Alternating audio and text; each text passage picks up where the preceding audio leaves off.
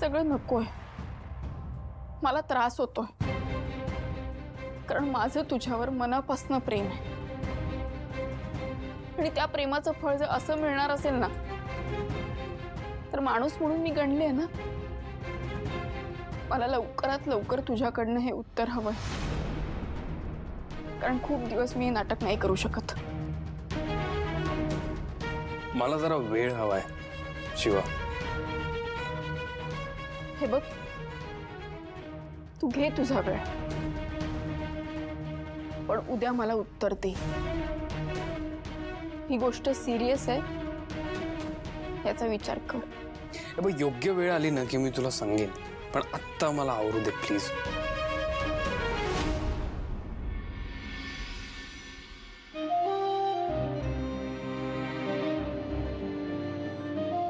तू लवकर सांगशील एवढंच नकोय मला। तुझ्या या वागण्याचं कारण पण पाहिजे। त्रास होतोय आशू खूप याचा।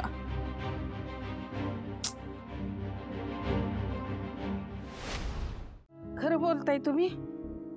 नाही म्हणजे तसं नाही मला म्हणायचं, तुम्ही काही खोटं सांगणार नाही, पण खात्री करून घेतली ना? बरं, काय करायचं ते बघते म्या। हा, फोन ठेवती, काही लागलं तर फोन करीन। हा आई, अहो काय झालं? एवढ्या काळजीत का दिसताय? अगं काय नाही ग, साताऱ्यात जागा होती का नाही माझी, तुला म्हणलं होतं म्या।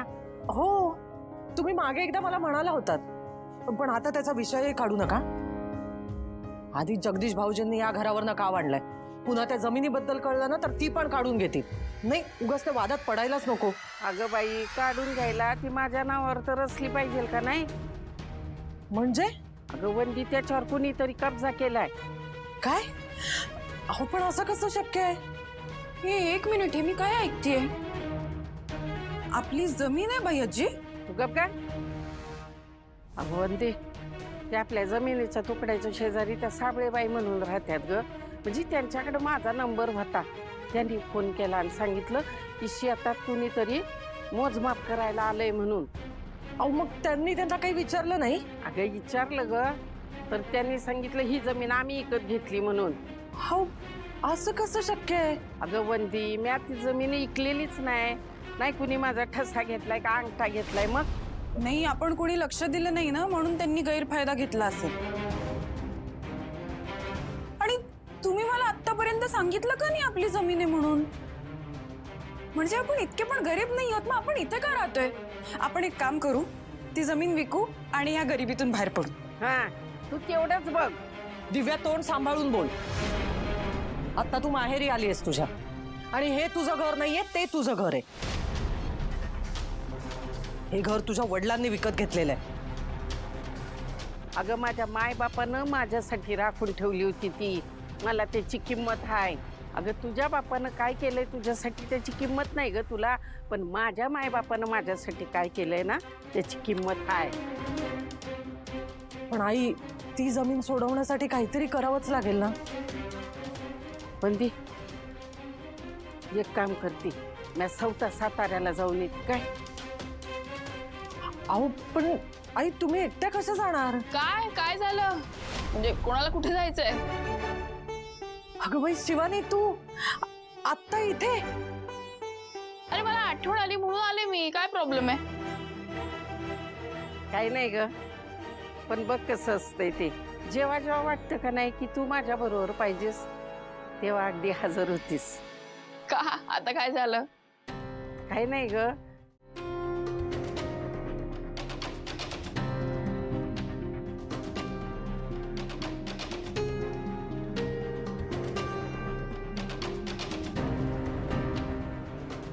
हे असं कसं झालं?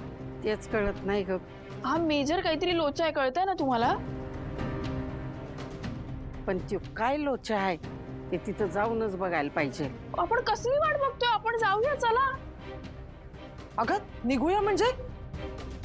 तू इथूनच परस्पर जाणार तिथे? अगं जावई बापू सुद्धा सोबत नाही आहेत ना तुझ्या? अगं अरे वय की, अगं आशू कुठं आहे? आणि मला सांग शिवा, त्या दिवशी आशू ते महत्वाचं आहे का आता मला सांग. तू हे जे सांगतेस ते किती महत्वाचं आहे आणि आपल्याला तिकडे जावंच लागणार आहे. तुम्ही काही काळजी करू नका. अगं पण आशू कुठे आहे ते सांग की. अगं तू कामात आहे, मी सांगितलं ना. मी त्याला फोन करून सांगते सगळं नीट आहे. तो अगदीच कामात अडकला, त्याच्यामुळे तू तू आवरायला घे ना. आजी अशी काय करते. आणि आई मग झालाय माझा प्रॉब्लेम सॉल्व. अगं पण केलास का? हो, फक्त ते लास्ट बाकी होतं ते झालं. ठीक आहे. मग खुश असशील ना तू? खुश?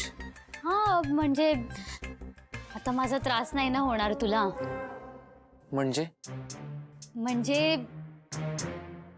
आता माझे एक्झाम्स आले ना, तर एक्झाम झाले की सगळं क्लिअर होईल.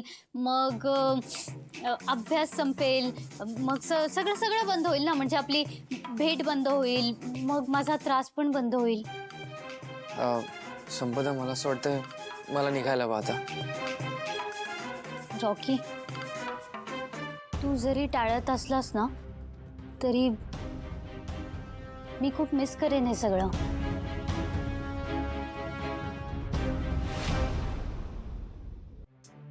एनिवे, पण म्हणजे कदाचित आपली भेट, म्हणजे ते म्हणतात ना युनिव्हर्स मध्ये लिहिलं असेल तर एवढीच असेल आपली भेट लिहिलेली.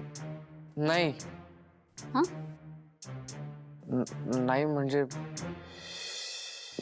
संपदा, तू असं का बोलतेस? मग काय करणार होत आपण रॉकी? बरोबर आहे तुझं, आपण काही नाही करणार. आपली भेट एवढीच होती कदाचित.